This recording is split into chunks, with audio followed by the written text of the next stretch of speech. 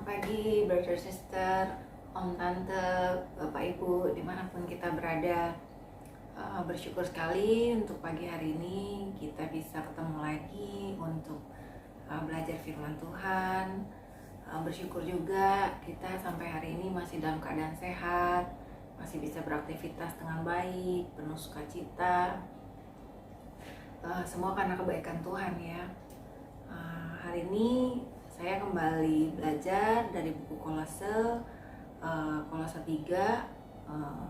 ayat 12. Saya belajar bahwa dalam segala hal yang saya lakukan, apa motivasi saya? Itu yang saya akan bagikan juga hari ini. Nah, di Kolose 3 ayat 12 ini dikatakan, karena itu sebagai orang-orang pilihan Allah yang dikuduskan dan dikasihinya, kenakanlah belas kasihan, kemurahan, kerendahan hati, kelemah lembutan, dan kesabaran. Nah, renungan ini mengingatkan saya akan satu cerita di mana Tuhan pernah merancangkan satu kebaikan untuk satu orang pria ya. Pria ini pergi berlayar. Dia naik satu kapal, kemudian di tengah perjalanan ada badai, terus kapal ini tenggelam. Tapi Tuhan itu mengizinkan pria ini selamat. Di antara seluruh penumpang kapal cuma dia yang selamat. Akhirnya dia selamat dan terdampar di satu pulau kecil.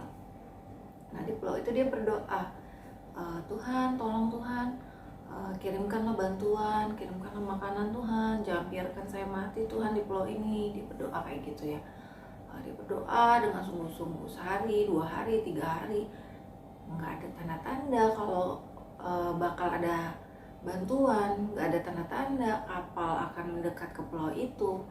Dia jadi kecewa sama Tuhan. Kenapa ya Tuhan? Saya udah berdoa, udah sungguh-sungguh, udah minta tolong.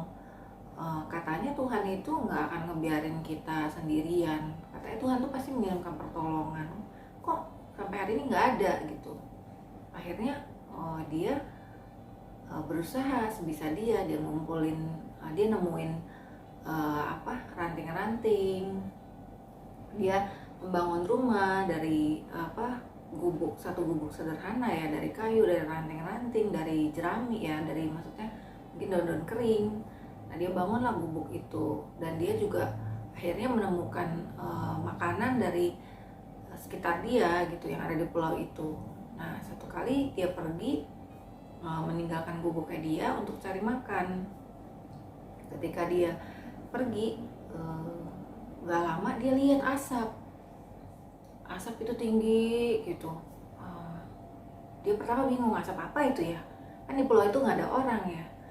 Nah, akhirnya dia kayaknya sadar, kok kayak itu asalnya dari gubuk tempat dia tinggal. Dia lari ke gubuknya dia.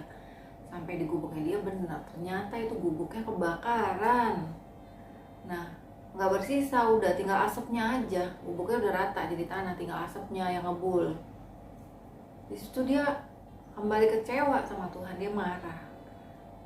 Tuhan ini gimana ya, udah nggak ngirimin pertolongan. Saya berusaha bangun gubuk ini, saya berusaha cari makan, tapi malah diizinkan kebakar juga. Padahal bangun gubuk itu juga nggak gampang kan, tanpa dia ada peralatan apapun gitu.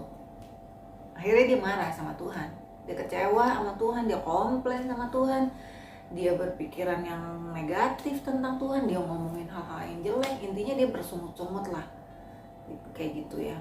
Nah, akhirnya dia tidur, dia ketiduran, saking keselnya dia ketiduran. Besoknya dia kebangun karena suara kapal. Jadi ada kapal yang datang mendekat ke pulau itu. Terus ada orang-orang akhirnya turun dari kapal itu nolongin dia. Terus dia akhirnya happy dong. Wah, akhirnya ada yang nolongin saya. Nah, ketika itu dia bingung kan, kok bisa ya ada satu kapal datangin dia gitu. Setelah beberapa lama dia nunggu, nggak ada yang lewat-lewat, dan dia juga kan nggak punya peralatan apapun untuk ngasih kayak kode SOS ya untuk minta pertolongan gitu. Nah, dia nanya lah sama si kapten kapalnya, kok bisa kalian menemukan saya di pulau ini gitu, itu satu pulau yang terpencil dan nggak ada penghuninya.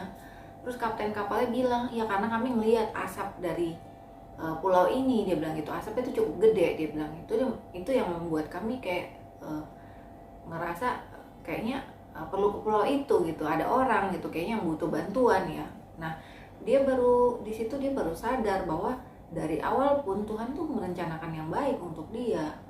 Dia nggak melihat kebaikan Tuhan itu ya. Dari awal ketika kapal itu tenggelam, hanya dia satu-satunya yang selamat.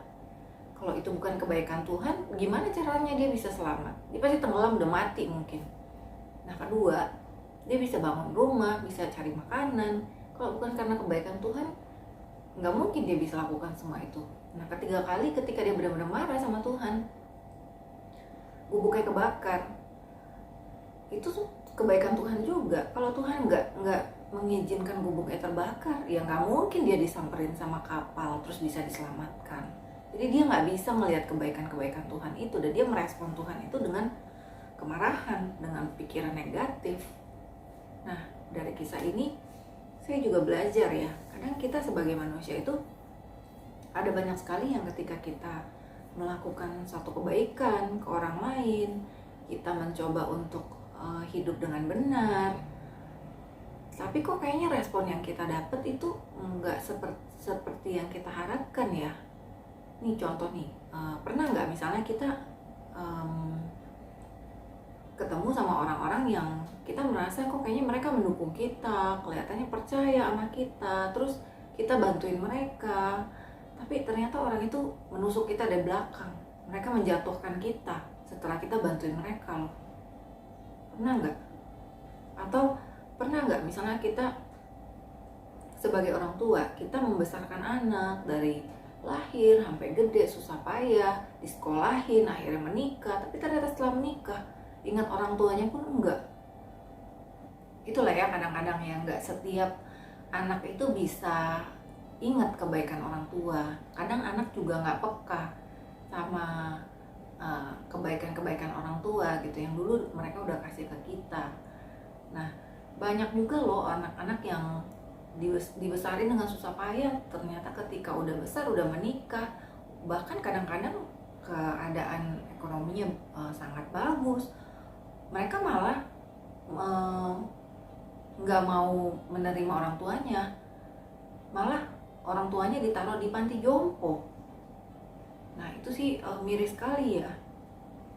Atau pernah nggak sih ketika kita berbuat baik, kita nolong orang, kita ngasih perhatian, ngasih semangat, tapi diresponnya dengan negatif.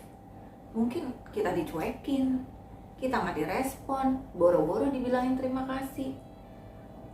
Pernah nggak kayak gitu? Atau ada juga yang responnya di depan dia muji-muji kita, tapi ternyata di belakang dia berkata negatif tentang sikap baik kita kepada dia. Pernah nggak kayak gitu? Saya sih pernah. Tapi apakah saya juga pernah berbuat kayak gitu pada orang lain? Pernah juga. Ya itulah nature-nya manusia. Nggak selalu bisa melihat kebaikan-kebaikan orang. Nah, mungkin ada satu masa juga ketika kita berbuat baik ke orang lain dan respon yang kita terima itu nggak sesuai yang kita harapkan, kita jadi nyesel. Aduh, tahu gini mas saya kemarin nggak usah memberi semangat aja untuk dia ya. Saya memberi semangat tapi responnya negatif. Atau tahu gini sih kemarin nggak usah bantu dia aja ya. Saya bantu pun dia di belakang jelek-jelekin saya, mungkin ya. Mungkin ada penyesalan seperti itu ya. Tapi hari ini saya belajar ya dari Kolose 3 ini dikatakan ya di situ kita ini ya hidup itu mau kita baik gimana pun, mau kita menolong orang seperti apapun, itu akan ada selalu respon negatif. Kita bisa dihujat, kita bisa dikomen negatif, bahkan kita bisa dijelek-jelekin ya. Ya itulah manusia ya. Nah, tapi tahu nggak sih kalau Yesus itu juga mengalami hal yang sama loh. Yesus itu ya kita tahu ya dari kisah-kisah Alkitab berapa banyak kebaikan yang Yesus lakukan. Yesus tuh sampai rela hidup susah, turun ke dunia ya, meninggalkan segala kenyamanan dia di sorga dia turun jauh, turun banget, downgrade jadi manusia ya, untuk supaya dia bisa nolong kita, nolong manusia kenal kebenaran, tahu keselamatan kekal, bisa juga ikut ke surga. Nah, Yesus pun selama hidup di dunia banyak melakukan kebaikan.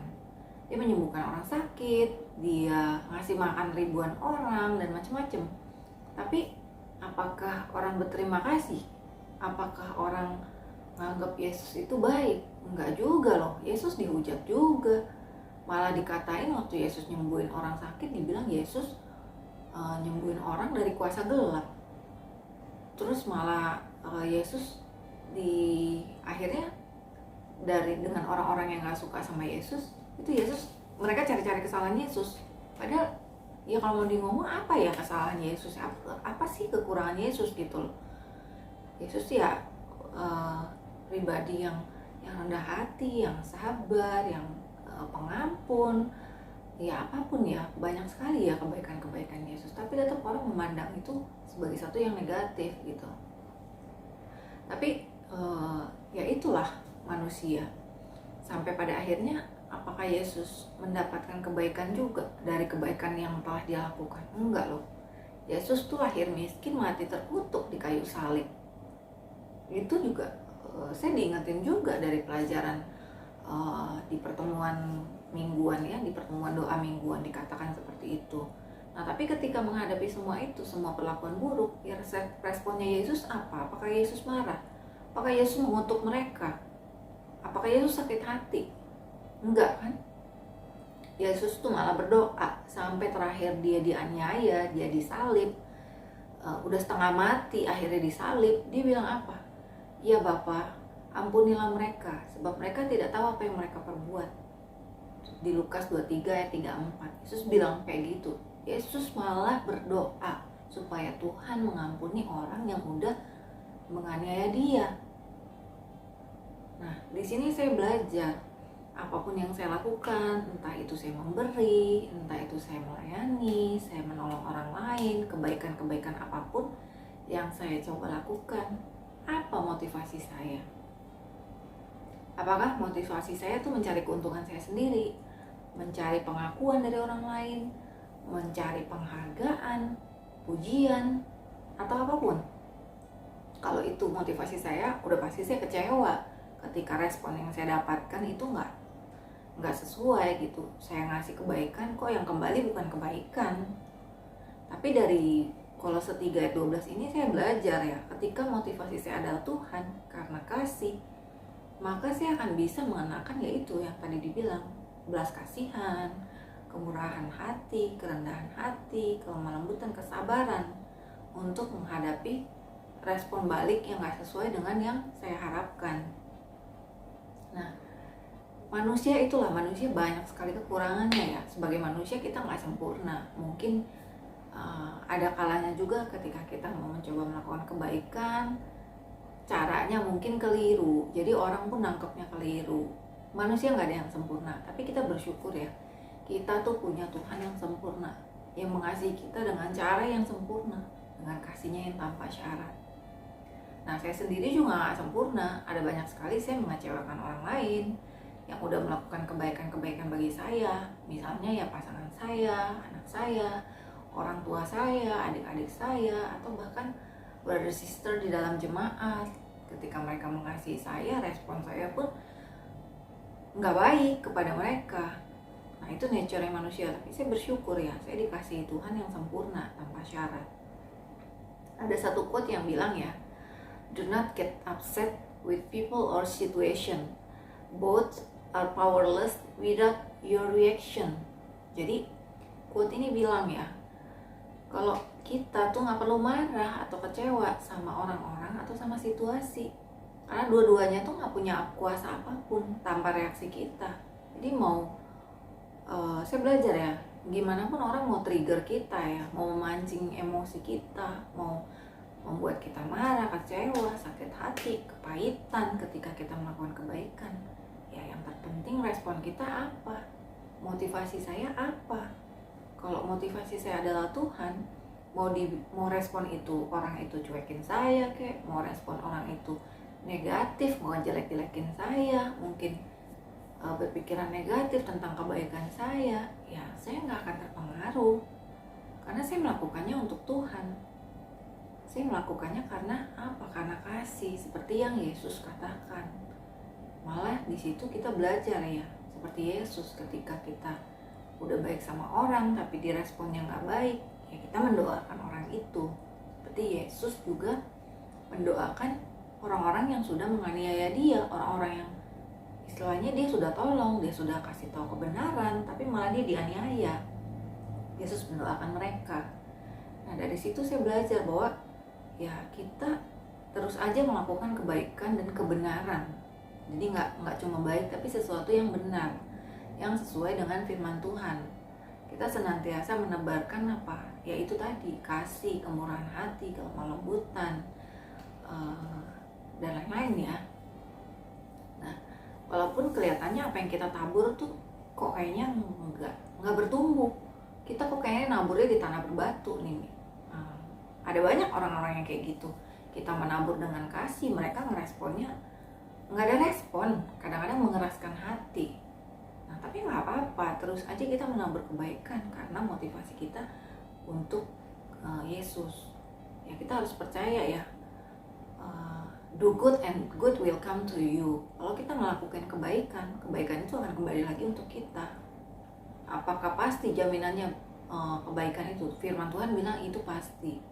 Tapi mungkin kita nggak selalu dapat kebaikan itu di dunia. Kita mungkin akan dapatnya nanti ya.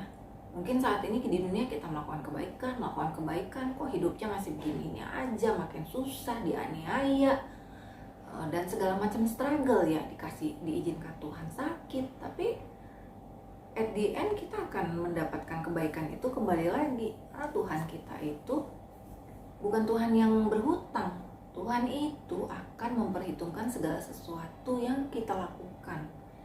Sebab Tuhan tuh adil. Mau kita berbuat jahat, mau kita berbuat baik, itu semua Tuhan perhitungkan. Nah, mungkin ya pada saat ini kita tuh hidup di dunia, kita nggak dapetin balasannya. Kita nggak bisa lihat kebaikan kita tuh kembali lagi pada kita.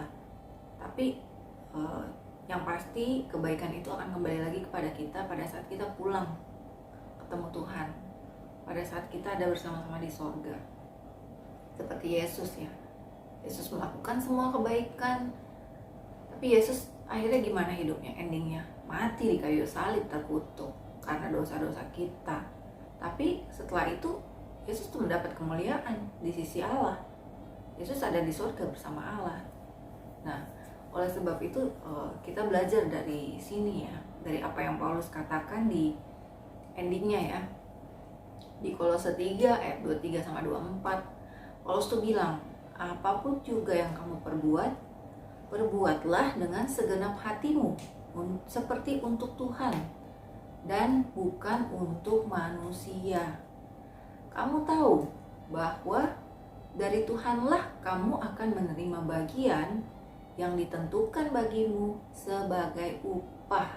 Nah itu, jadi ya hari ini itu yang saya belajar, bahwa ya dalam segala hal yang saya lakukan, saya perlu mengenakan segala kerendahan hati, segala kemurahan, belas kasihan, kelemah lembutan, juga kesabaran, dan yang paling penting adalah kasih, karena kasih itu yang menyatukan semuanya. Jadi motivasi saya adalah ketika saya melakukan kebaikan, ketika saya melakukan kebenaran, adalah karena Tuhan, karena saya mengasihi Tuhan, karena saya melakukan kasih itu secara nyata kepada orang-orang, terlepas dari apapun respon orang-orang. Nah, itu yang saya belajar. Demikianlah firman Tuhan untuk hari ini.